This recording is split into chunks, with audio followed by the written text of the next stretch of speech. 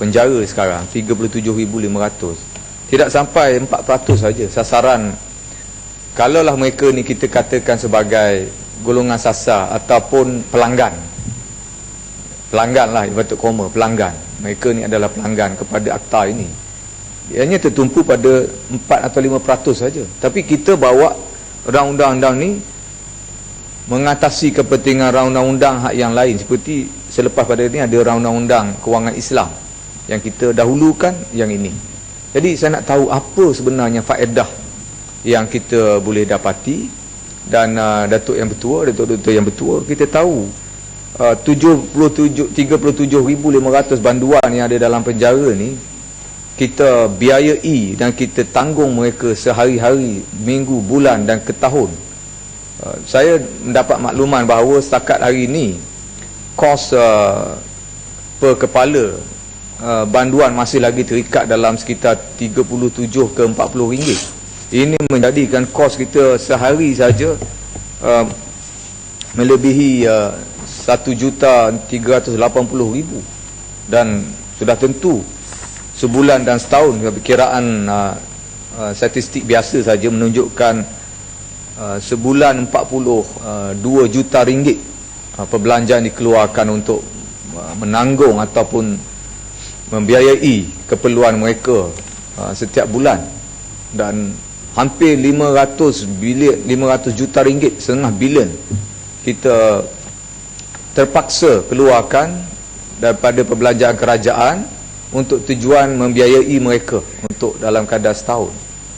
Dan ini tidak ada dalam skop penyelesaian ataupun perbincangan untuk bawa satu undang-undang untuk tujuan meminimalkan perbelanjaan mereka ataupun menghadkan peruntukan kewangan untuk sektor penjara atau sebagainya untuk tujuan pembiayaan banduan ini.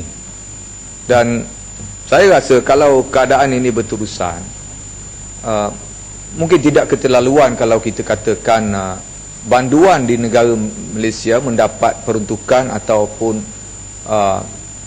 alokasi perbelanjaan jauh lebih besar daripada setengah rakyat Malaysia yang tidak langsung terlibat dalam apa-apa kesalahan undang-undang, yang masih bebas di luar sana. Setengah pada mereka kita nafi ataupun dilihat sebagai dinafikan hak untuk mendapat kebaikan ataupun kemudahan. Lihat saja rakyat Malaysia yang duduk di kawasan luar bandar, mereka masih ramai lagi yang tidak punya kemudahan asas seperti elektrik, air, sanitasi dan sebagainya. Dan sudah tentu perkara ini sangat mengguris hati kita apabila kita melihat kerajaan terpaksa memikirkan begitu teliti usaha untuk memfokuskan kepada menjaga kebajikan para banduan. Dan sudah tentu perbelanjaan yang kita perlu agihkan ataupun keluarkan pada kelompok ini sangat tinggi. Saya merasakan agak keterlaluan.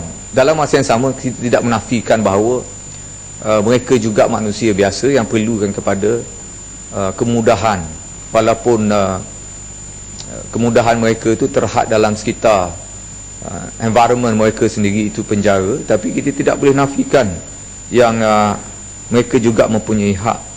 Dan lanjutan daripada itu, walaupun fokus hari ini Datuk Tua untuk memikirkan soal 1,758 orang ni, Parlimen digunakan hari ini untuk membincangkan masalah yang dihadapi oleh 1,758 orang, agak rendah kelompok yang ditumpukan itu untuk tujuan ini. Tapi ialah baiklah kita tumpukan. Saya berminat untuk tahu apakah kebaikan yang boleh didapati oleh kementerian, kerajaan serta negara secara keseluruhan apabila kita meluluskan undang-undang ini dan membolehkan kita bercerita tentang jumlah kelompok yang kecil ini, iaitu para banduan yang boleh diusahakan untuk dipindah sama ada keluar ataupun masuk semula dalam negara kita. Dan apakah natijah daripada ini kepada kelompok 10,800 banduan asing yang masih lagi berada dalam negara kita? Adakah kepada mereka ni berlaku satu perubahan ataupun membawa kepada kebaikan mereka ni juga secara volunteer ni boleh meminta untuk balik ke macam mana? Saya tidak menampak ada satu rasional yang begitu signifikan untuk kita bincang panjang lebar hari ini berkenaan dengan isu banduan yang nak dipindahkan. Saya tidak mahir tentang perkara ini, tapi sekaligus ambil peluang untuk bertanya terus kepada kementerian untuk beberapa perkara yang saya hendak tahu dalam aspek ini. Pertama, adakah benar kementerian ataupun yang mustahaknya jabatan yang menjalankan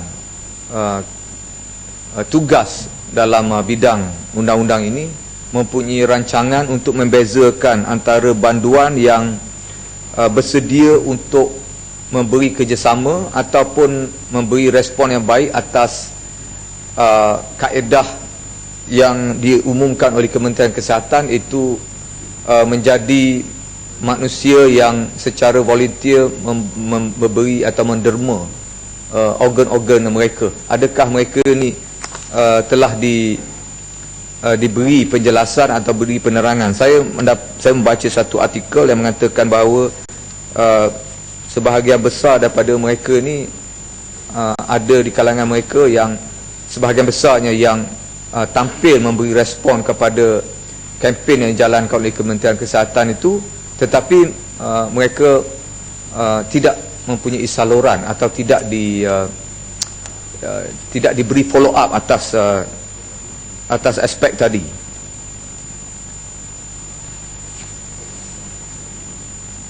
Saya juga nak tahu apa sebab dan apakah maksud yang nak dibawa oleh kementerian atau jabatan atas penubuhan pusat koreksi-koreksi yang saya katakan agak banyak di seluruh negara.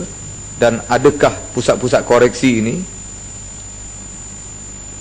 pusat koreksi, betul Tuan Yang Bertuah, pusat koreksi sebagaimana semakan saya ada beberapa pusat-pusat koreksi di seluruh negara yang dikaitkan pentadbiran di bawah Jabatan Penjara. Dan adakah pusat-pusat koreksi ini juga memberi support system kepada tujuan tujuan mengumpul maklumat ataupun tujuan untuk menumpukan kepada kelayakan-kelayakan 1,758 orang. Dalam erti kata, adakah mereka juga terlibat dalam memberi servis ataupun perkhidmatan kepada banduan-banduan yang kita tumpukan ini. Dan yang terakhir, saya mohon sekiranya ada ruang untuk jabatan ataupun kementerian yang mentadbir isu ni untuk melihat tentang kebajikan pegawai-pegawai yang ditugaskan untuk melihat sama ada banduan warga Malaysia atau warga asing. Sebab kefahaman saya tidak ada pengasingan di antara kategori petugas itu. Sebagai contoh, pegawai-pegawai penjara atau petugas perkhidmatan di dalam penjara ini tidak diasingkan dari segi kategori tumpuannya, sama ada dia perlu untuk melihat kepada banduan warga asing ataupun warga tempatan. Terima kasih Indra Mahkota. Terima kasih Tuan Yang Di-Bertuah. Saya meneliti apa yang diucapkan oleh Indra Mahkota berhubung dengan jumlah banduan-banduan warga asing yang berada dalam negara kita, lebih daripada 10,000 orang. Dan sekejap tadi disebut tentang pemisahan warden-warden untuk menjaga banduan warga asing dengan warga tempatan. Saya nak kaitkan dengan masalah kesihatan yang berlaku dalam negara kita, terutamanya kes-kes melibatkan penyakit-penyakit berjangkit yang kalis ubat dan juga kronik ni. Kalau dahulu rakyat kita disuntik dengan BCG untuk mencegah tuberkulosis atau batuk kering. Tapi sekarang ini jumlah kes batuk kering bukan dikatakan sudah terhapus, tetapi makin banyak, makin ramai yang mengidap batuk kering, dan juga kes-kes yang dibawa oleh penyakit bawaan vektor ini ada yang kali subat. Ya, adakah pada pemikiran Indra Mahkota apabila kita tidak ada pemisahan baik sama banduan ataupun banduan dengan warden, inilah yang menyebabkan bertambah tersebarnya masalah-masalah penyakit bawaan vektor dan juga penyakit-penyakit kronik ini kepada rakyat kita yang sepatutnya kita sudah bebas daripada masalah penyakit tersebut. Kerana mereka ini datang membawa mungkin masalah-masalah penyakit yang kita kata tidak terawat dengan sempurna di tempat-tempat mereka. Jadi apa pandangan Indra Mahkota? Terima kasih.